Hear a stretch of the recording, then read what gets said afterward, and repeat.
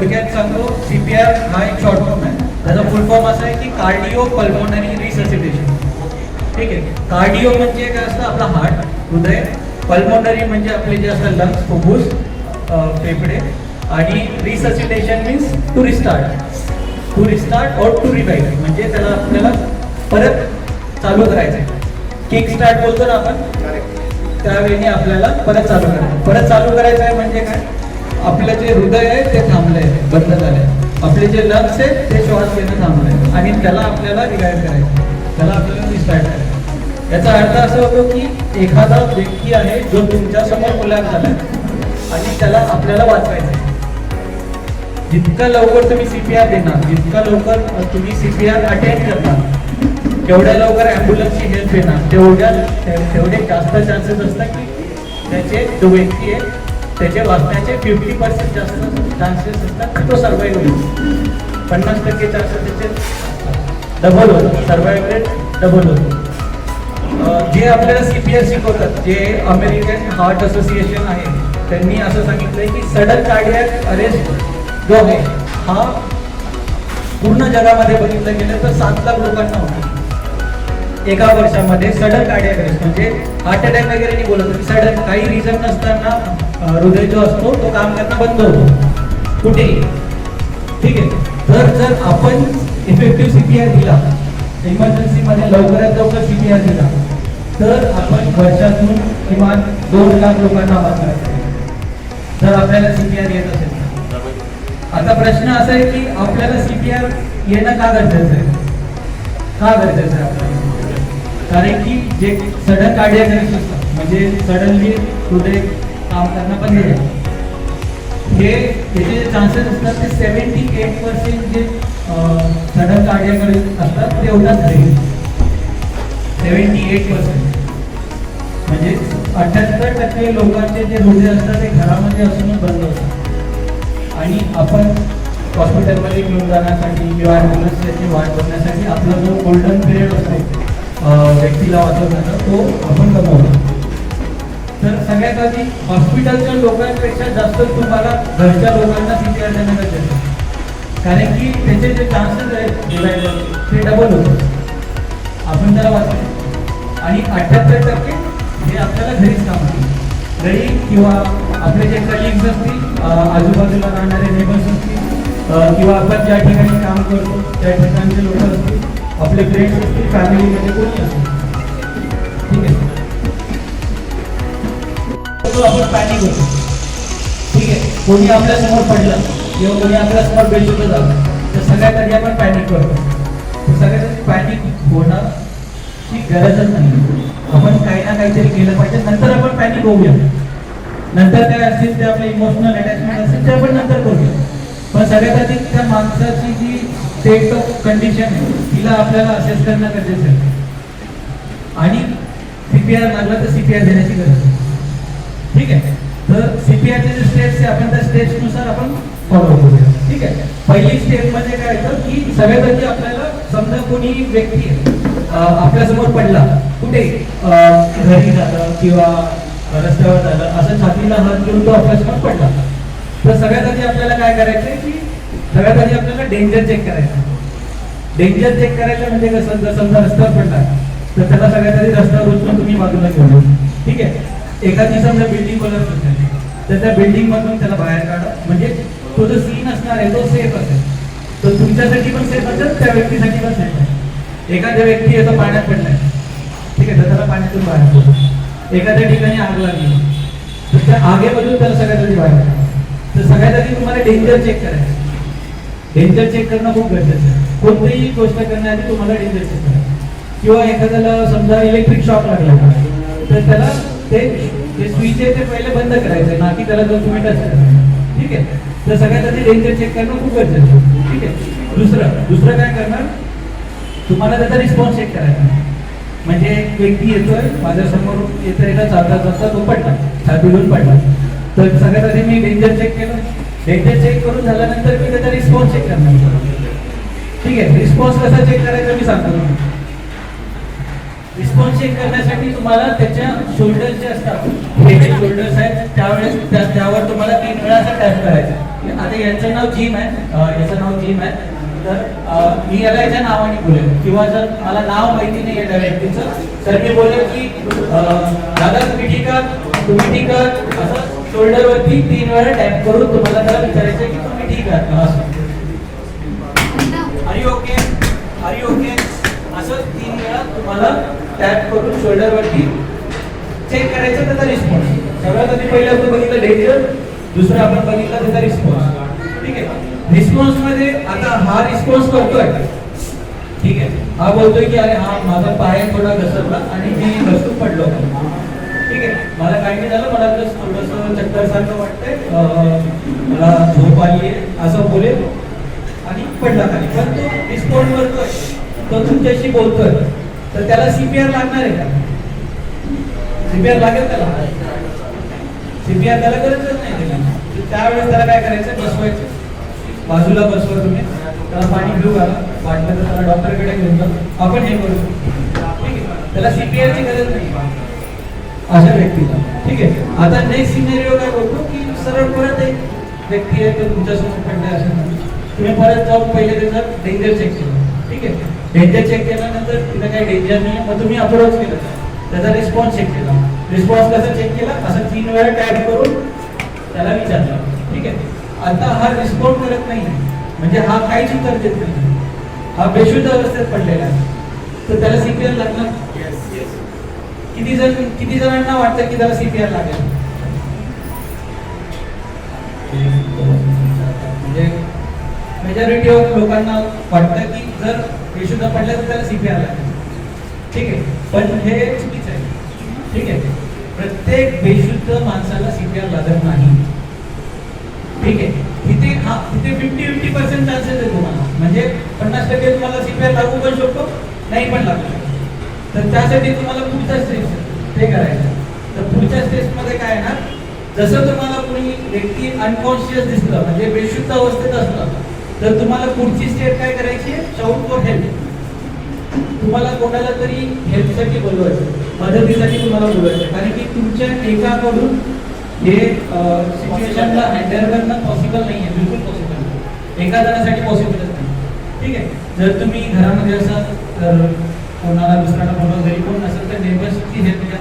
जरी तुम्ही एखाद्या अननोन ठिकाणी असणार, हायवेवर जंगलवर असणार, तर तुमच्याकडे मोबाईल फोनवर तुम्ही हेल्प लवकरात बोलवून घ्यायचे. ठीक आहे, पहिलं सांगितलं डेंजर, दुसरं सांगितलं response, if no response then shout for help. ठीक आहे, हेल्पला येईल, त्याच्यानंतर तुम्हाला जसं तुम्ही हेल्पसाठी बोलवलं तसं तुम्हाला चेक करायचं त्याची, ते झाल्यानंतर तुम्हाला त्याचा करायचं एअरवे ओपन करायचं. एअरवे ओपन करायचं म्हणजे काय, त्याची श्वास नलिका जी आहे ज्याने तो श्वास घेतो तो तुम्हाला ओपन करायचा.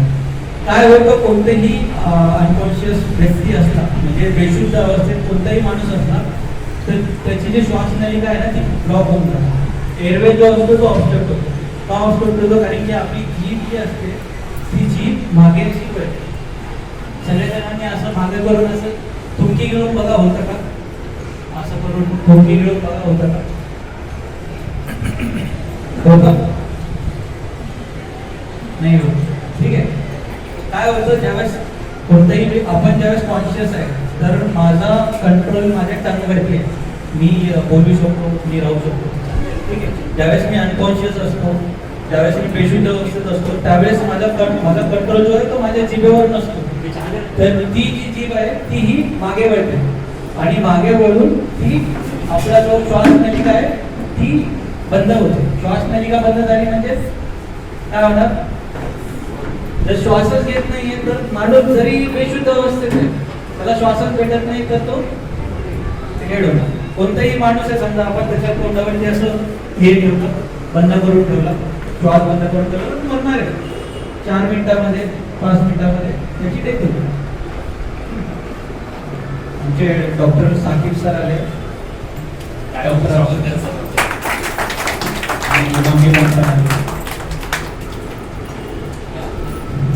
तर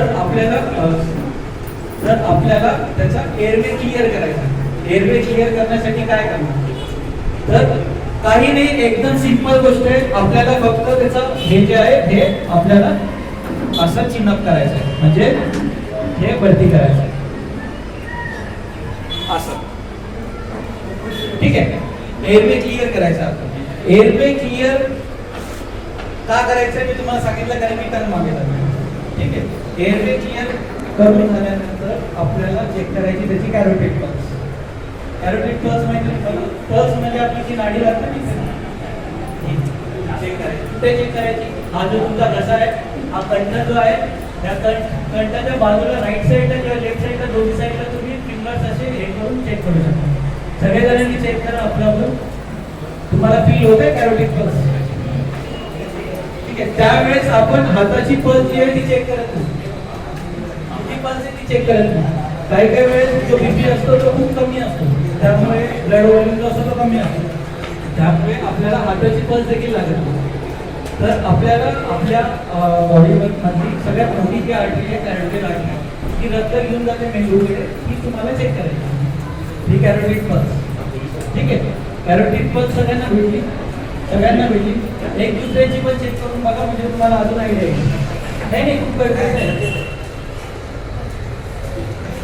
आपल्याला आपली भेटून जाईल, पण एक दुसऱ्याची चेक करून बघा. प्रयत्न करा भेटण्याचा. किती वेळ चेक करणार आपण?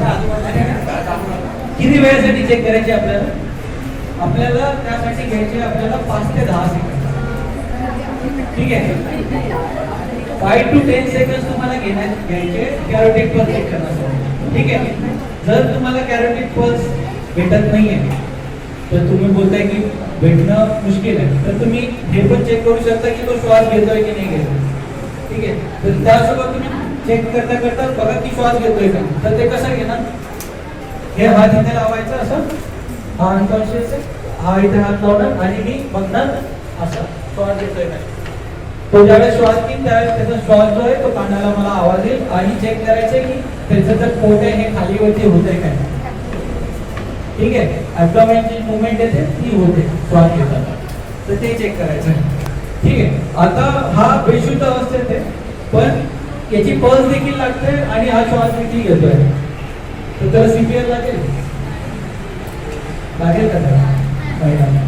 ठीक आहे. म्हणजे प्रत्येक बेशुद्ध व्यक्तीला आपण सीपीआर देतो. तर ह्या वेळेस काय करणार? श्वास चालू आहे, पल्स पण चालू आहे, पण तो बेशुद्ध अवस्था. त्या टायमाला आपल्याला एक करावं लागतं की एक पोझिशन द्यावं लागतं, त्याचं नाव आहे रिकव्हरी पोझिशन. रिकव्हरी पोझिशन म्हणजे कशी? आपल्याला कोणत्याही व्यक्तीला आपला जो हात असतो, हा वाला हात असा सरळ ठेवायचा, हा वाला जो हात आहे हा इथे कानापाशी ठेवायचा आणि असा करून हा पाय जो आहे या पायाला वरती घ्यायचा, असा फोल्ड करायचा आणि एका साईडला आपण एका बाजूला झोपवतो ना कोणाला, तसंच एका साईडला झोपून द्यायचं. एका साईडने झोपल्यावर एका साईडला आपण त्यांना झोपवतोय, हा अनकॉन्शियस आहे, हा बेशुद्ध आहे, पण आपण त्याला एका साईडला असं झोपवतोय, असं आपण त्याला एका साईडला झोपवतो. तर काय होईल आता? त्याची जी टंग असणार आहे, ती जी टंग जी मागे गेलेली आहे ना, ही एक साईडनी इकडे पडेल. ठीक आहे. एक साईडने असं करा सगळ्यांनी, टंग जाते एक साईडला. जरी आपण कॉन्शियस आहे तरी आपली टंग ग्रॅव्हिटीने खाली जाते या साईडला. तर इकडचा जो पॅसेज असणार आहे त्या पॅसेजने तो श्वास घेऊ शकतो. ठीक आहे. म्हणजे पूर्ण वेळ तुम्हाला असं करून ठेवण्याची गरज नाही, तुम्ही त्याला एक साईडला टर्न करून झोपवा, म्हणजे तो श्वास घेऊ शकता. आणि जरी दोन्ही साईड. ठीक आहे. आणि अजून एक रिझन आहे त्याचं की जर तो उलटी करतोय, जर वॉमिट वगैरे होते तर ती वॉमिट चान्सेस असतात की त्याच्या लंग्समध्ये जाणार. ठीक आहे. लंग्समध्ये गेल्यावर परत तो पण प्रॉब्लेम. तर वॉमिट करेल तर ते सगळं बाहेर जाईल एक साईडने होतं. पहिलं तर त्याचा श्वास घ्यायचा म्हणजे काय क्लिअर होणार. दुसरं म्हणजे उलटी काय असं म्हणजे जो डाटा आहे ते डाटा असा दाखवतो की जे रोड ट्रॅफिक ॲक्सिडेंट असतात त्यामध्ये हेड इंजुरी वगैरे काही होतं, त्यामध्ये हे 92% केसेस जे असतात ना ते सफोकेशनने होतात. 92% डेथ असतात ते सफोकेशनने. ॲक्सिडेंट झाला, पडू नये, असंच पडू नये, जोखीम झाले वगैरे, श्वास घेता येत नाही, कारण की बेशुद्ध असल्यामुळं त्याचा कंट्रोल टर्न नाही आणि मी जसं सांगितलं टर्न मागे केली आणि त्याचा एअरवेकडे ऑफसेट झाला. ठीक आहे, तर त्यावेळेस देखील तुम्ही त्या व्यक्तीला एक साईडला झोपवलं रिवायवलचे चान्सेस जास्त असतात. म्हणजे तो त्याची जी पल्स आहे ती पल्स बंद झालेली म्हणजे फील तुम्हाला झालेली पाहिजे. तिसरी गोष्ट जी आहे की तो श्वास घेता नाही आला पाहिजे, म्हणजे श्वास घेत नसेल तर अशा 3 गोष्टी आहेत. ह्या लक्षात ठेवूनच आपल्याला पुढे करायचं की याला CPR 3 गोष्टी नाही, no pulse, no breathing, no response. तर तुम्हाला त्याचे CPR जर सुरू करायचं. एवढं कळलं असेल कोणाला CPR द्यायचं. ठीक आहे, आता CPR कसं द्यायचं. ठीक आहे, CPR देण्यासाठी तुम्हाला 2 गोष्टी लक्षात ठेवायच्या. एक पहिली गोष्ट म्हणजे तुम्हाला त्याची छाती दाबायची 30 वेळा, त्याची छाती दाबायची 30 वेळा आणि 2 वेळा त्याला श्वास द्यायचा आहे, माउथ टू माउथ ब्रीथिंग. जर तुमचा नोन पर्सन असेल तर तुम्ही त्याला द्या माउथ टू माउथ श्वास. जर अननोन असेल तर तुम्ही फक्त त्याची छाती दाबली तरी चालेल, किंवा तुमच्याकडे रुमाल वगैरे असेल तर रुमाल तोंडावर ठेवून आपण आपल्या तोंडातून दुसऱ्याच्या व्यक्तीच्या तोंडामध्ये श्वास घेतो. ठीक आहे, तो रेशो जो असणार आहे CPRचा तो असणार आहे 30 वेळा छाती दाबायची, 2 वेळा श्वास घ्यायचा. 30 वेळा दाबायची, 2 वेळा दाबायची. असं किती वेळ करणार आपण, किती वेळ करणार आपण.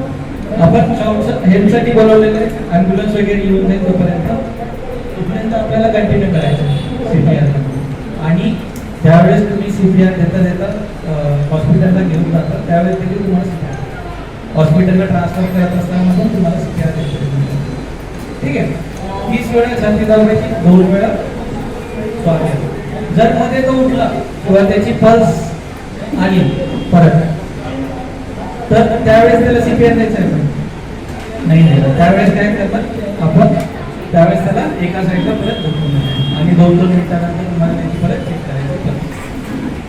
ठीक आहे, ते झाल्यानंतर मध्ये तुम्हाला चेक करायचं, मध्ये चेक करत राहायचं की तुम्ही CPR देताय तो इफेक्टिव्ह आहे का. तर तुम्ही 5 सायकल नंतर, 1 सायकल जी असते ती 30 वेळा CPR द्यायचं, 2 वेळा श्वास घ्यायचा. तर 5 सायकल नंतर तुम्हाला त्याची परत चेक करायची कॅरोटिक. जर तुम्हाला त्याची कॅरोटिक पल्स 5 सायकल नंतर आली तर त्याला CPR द्यायची गरज नाही, त्याला 1 सायकल झोपवून द्यायची. जर नाही आली तर तुम्हाला हे कंटिन्यू सायकल करत राहायची आणि 5-5 सेकंद नंतर तुम्हाला 5-5 सेकंद नंतर तुम्हाला त्याची पल्स चेक करत राहायची. पल्स नाही आहे CPR, पल्स आली 1 सायकल, पल्स नाही आहे CPR. जोपर्यंत किंग येत नाही तोपर्यंत तुम्हाला कंटिन्यू हे करत राहायचं. आता मी तुम्हाला सगळ्यांना सांगेन की थोडंसं पुढे या, मी तुम्हाला दाखवतो की आपल्याला छाती कशी दाबायची. ठीक आहे, थोडं पुढे आलं तर बरोबर.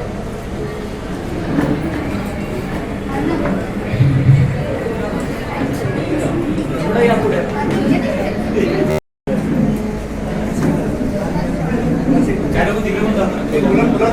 सगळ्यांनी थोडंसं पुढे थोडं म्हणजे थोडं इझी होईल.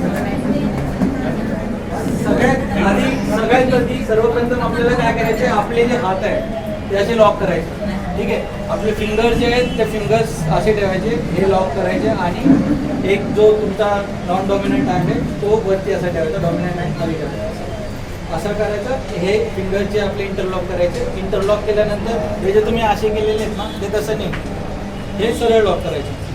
एल्बोज पासून इथून बेंड नाही पाहिजे ना आपल्याला, हे एकदम स्ट्रेट पाहिजे.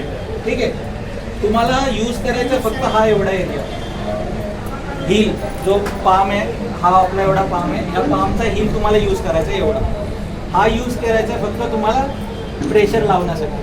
ठीक आहे, आता हे कुठे ठेवणार तुम्ही, सेंटर ऑफ द चेस्ट आणि जी निपल लाईन आहे त्या निपल लाईनवरती आणि सेंटरच्या चेस्टमध्ये इथं ठेवणार. काय ठेवणार तुम्ही, सेंटर पॉईंट. हां, ठीक आहे, हे असं ठेवणार इथे.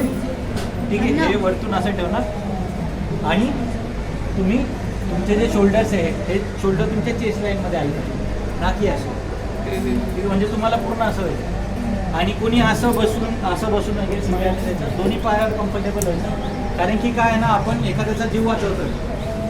ठीक आहे, CPR कधी द्यायचा असतो, ज्यावेळेस तो तुमच्यासमोर मरतोय किंवा तुमच्यासमोर तो मरून गेला तर त्याला आपण परत रिटर्न घेऊन येतो. ठीक आहे, त्याचे रिवायवलचे चान्सेस कमी असतील पण येऊ शकतो, आपला माणूस वाचू शकतो. तर त्यासाठी आपल्याला पूर्ण जोर लावायचा, पूर्ण. आणि तुम्ही जर बेंड करून असं करणार असं तर तुम्ही लवकर झोपून जाणार. तुम्ही 30 देणार आणि झोपून जाणार. पण त्याला प्रॉपर टेक्निकनी केलं तर तुम्ही 40 मिनिटासाठी देऊ शकता. 1 तास तुम्ही CPR देऊ शकता. ठीक आहे, म्हणजे ट्रान्सपोर्ट करूपर्यंत तुम्ही CPR देऊ शकता. हे आपण दाबतो काय, आपल्या हार्टचं काय काम असतं, हृदयाचं आपलं काम काय, पंपिंग करणं. तर आपण आपल्या हार्टला पंप करतो. आपण प्रेस केल्यानंतर हार्टमधून जे रक्त आहे हे आपले व्हायटल ऑर्गन्स जे असतात, मेंदू झाला किंवा बाकीचे जे ऑर्गन्स आहेत तिकडे ऑक्सिजन जातं, ब्लड जातं, ब्लडमध्ये ऑक्सिजन जातं. तर ते जे ऑर्गन्स आहेत ते डॅमेज होत नाही आणि ते त्यांचं फंक्शन करायला सुरू करतात. ठीक आहे, हे एक मेन रिझन आहे CPR देण्याचं, की त्याचे रिवायवलचे चान्सेस आपण असे आपण डबल करतो. ठीक आहे, हे ठेवलं असं, इथे लॉक केले, हे लॉक केले, हे पण मी लॉक केलं. आणि आपल्याला आता ताकद लावायची गरजच नाही. आपण काय करणार, फक्त हिप मुवमेंट करणार. हे जे कमरेतून आपल्याला फक्त हलायचं, हे असं ठेवलं, कमरेतून हलायचे असं 1 2 3 4 5 6 7 8 9 10 12 13 14 15 16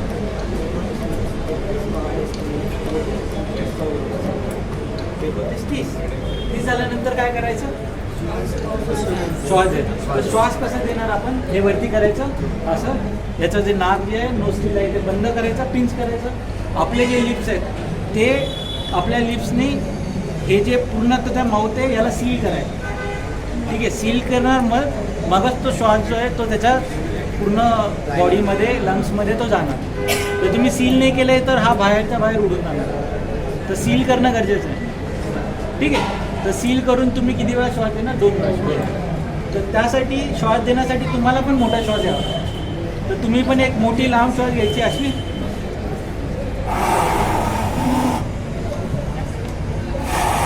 असं तुम्हाला 2 वेळा द्यायचं. ठीक आहे, ते झाल्यानंतर परत तुम्हाला 1 2 3 4 5 6 7 8 असं. मग 30 झाल्यानंतर परत 2, परत 30 द्यायचं, परत 2 द्यायचं. किती वेळा झालं, 3 वेळा. परत 30 द्यायचं, परत 2 द्यायचं, 4 वेळा. परत 30 द्यायचं, परत 2 द्यायचं. किती वेळा झालं, 5 वेळा. आता मी परत त्याचा चेक करणार रिस्पॉन्स. ठीक आहे, तो आला का नाही, रिटर्न रिवाईव्ह झाला का नाही. तर मी त्याचा पल्स चेक करणार परत 5 सेकंद. आणि तुम्हाला स्पीड पण लागतो एक, म्हणजे तुम्हाला चेस्ट कम्प्रेशन द्यायचे. कोण काय करणार, एकदम हळूहळू असं थांबून असं देणार. तर तुम्हाला त्याचं एक स्पीड आहे, इफेक्टिव्ह देण्यासाठी एक स्पीड. म्हणजे तुम्हाला 1 मिनिटामध्ये 100 ते 120 वेळा त्याची छाती दाबायची. 1 मिनिटामध्ये त्याची 100 ते 120 वेळा छाती दाबायची. 120 वेळा, 120 वेळा म्हणजे 1 मिनिटामध्ये असतात 60 सेकंद. तर 1 सेकंदला तुम्हाला त्याची 2 वेळा छाती दाबायची. ठीक आहे, सेकंड त्याची क्वालिटी काय आहे CPR देण्याची, की आपल्याला प्रयत्न करायचे की आपण आपला वेळ नाही वाया घालायचा. म्हणजे काय होतं की आपण टाईमपास इकडे तिकडे करत बसणार, पॅनिक होणार, तर वेळ जातो. याच्याकडं फक्त 4 मिनटं आहे. ठीक आहे, 4 मिनटं जर हा बेशुद्ध अवस्थेत आणि याच्या मेंदूला जर रक्त पोचलं नाही तर त्याचा मेंदू जो आहे हा डेडून देतो. तर आपण प्रयत्न करतो की कंटिन्यू करत त्याला मेंदूला पण जातं आहे ऑक्सिजन, ब्लडचे. ठीक आहे, म्हणून आपल्याला जितक्या लवकर CPR देते तितक्या लवकर द्यायचं आणि फास्ट द्यायचं. ठीक आहे, आता एक प्रश्न तुम्हाला असा पण आला असेल की किती आतमध्ये छाती दाबायची. म्हणजे काही जण एकदम हळूहळू दाबतात. ठीक आहे, तर किती आतमध्ये गेली पाहिजे, तर त्याचं आहे 5 ते 6 सेंटीमीटर. 5 ते 6 सेंटीमीटर किंवा 1/3 जी आपली चेस्ट आहे, ती पूर्ण जी चेस्ट आहे त्या चेस्टची 1/3 तुम्हाला छाती दाबायची. म्हणजे इथपर्यंत तुम्हाला सेंटरमध्ये असं वरती देऊन काहीच पाहिजे नाही. थोडासा हार्ट पंप करून काहीच पाहिजे नाही. आपण थोडा हार्ट पंप करणार, थोडं रक्त बाहेर निघणार. आपण जास्त हार्ट पंप करणार तर जास्त अमाऊंटमध्ये रक्त बाहेर निघणार आणि फोर्समध्ये निघणार. ठीक आहे, तर किती सेंटीमीटर डिप करायची, 5 ते 6 सेंटीमीटर. ते 2 हां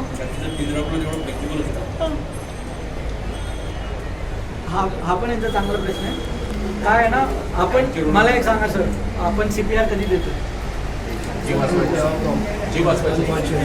अनकॉन्शियस नाही सर. नो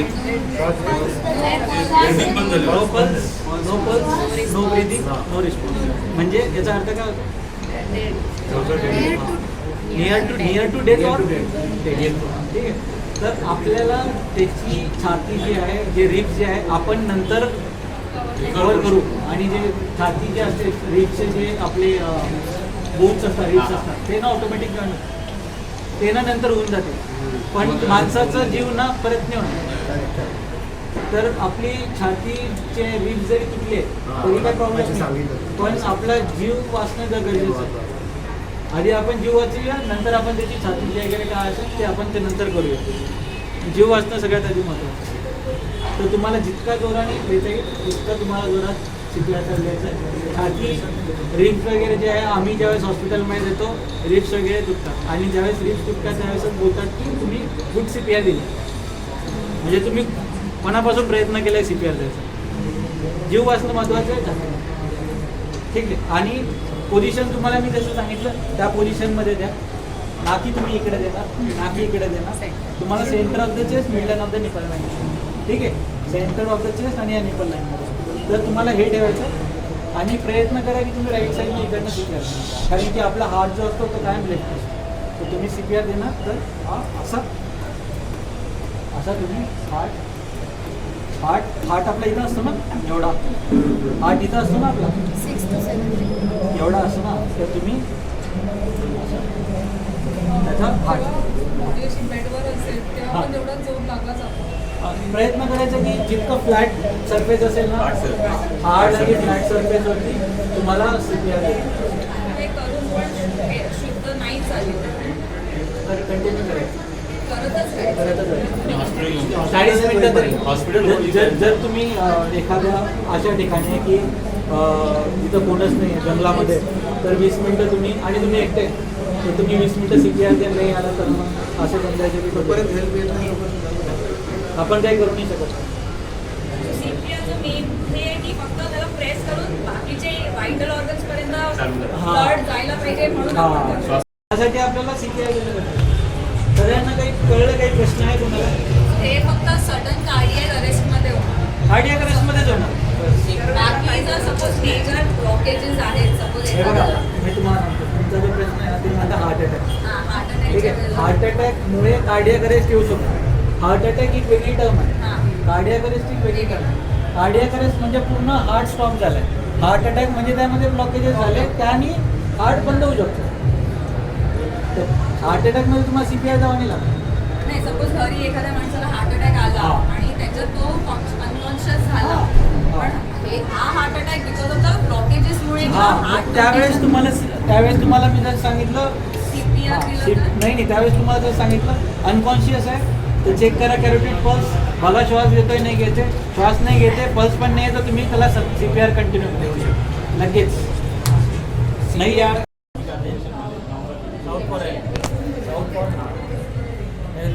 हेल्प कुणीतरी या लवकर, किंवा ॲम्ब्युलन्सला पाठवा.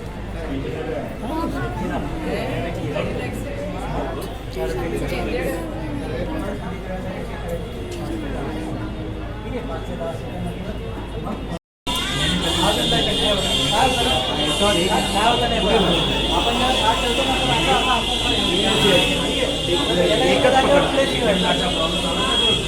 लॉक करायचं.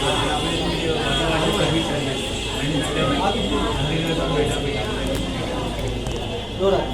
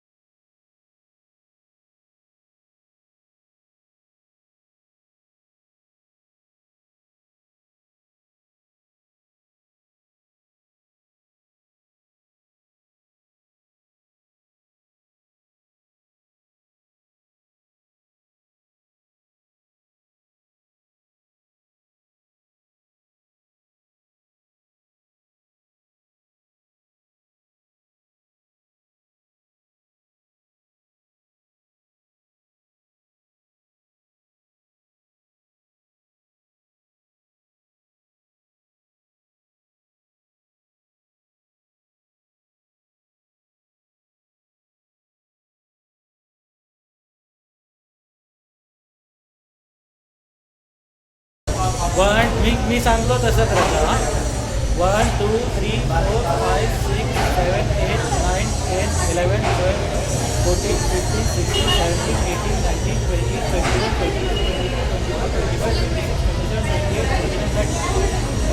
25 तसं होऊ नये कधी.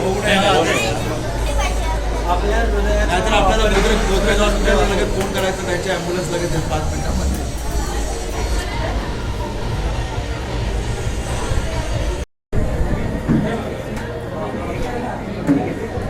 ठीक आहे सर.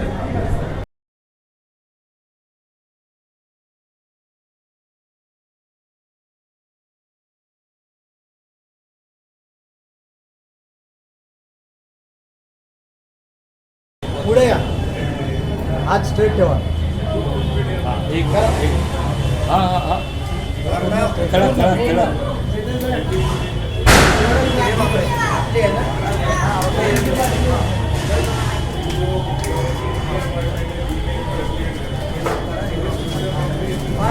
पाच ते 6 सेंटीमीटर.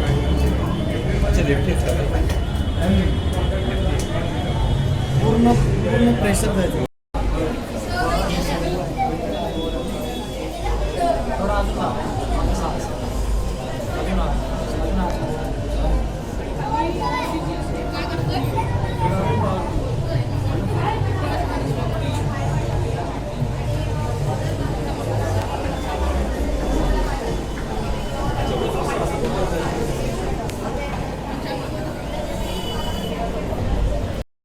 हे असं ठेवा. असे लॉक करा. इंटरलॉक करा. हात पुढे घ्या. हे लॉक करा. थोडं पुढे हे लॉक करायचे. हे अशी सरळ करा. सरळ करा. सरळ करा. हे थोडं पुढे पुढे आहे ना. हां का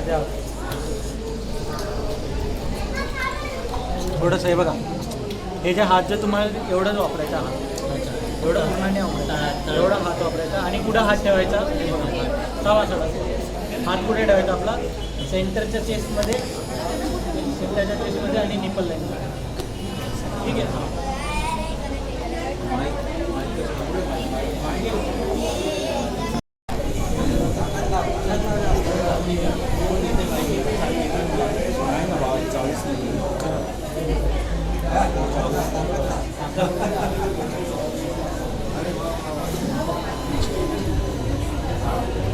टाकला.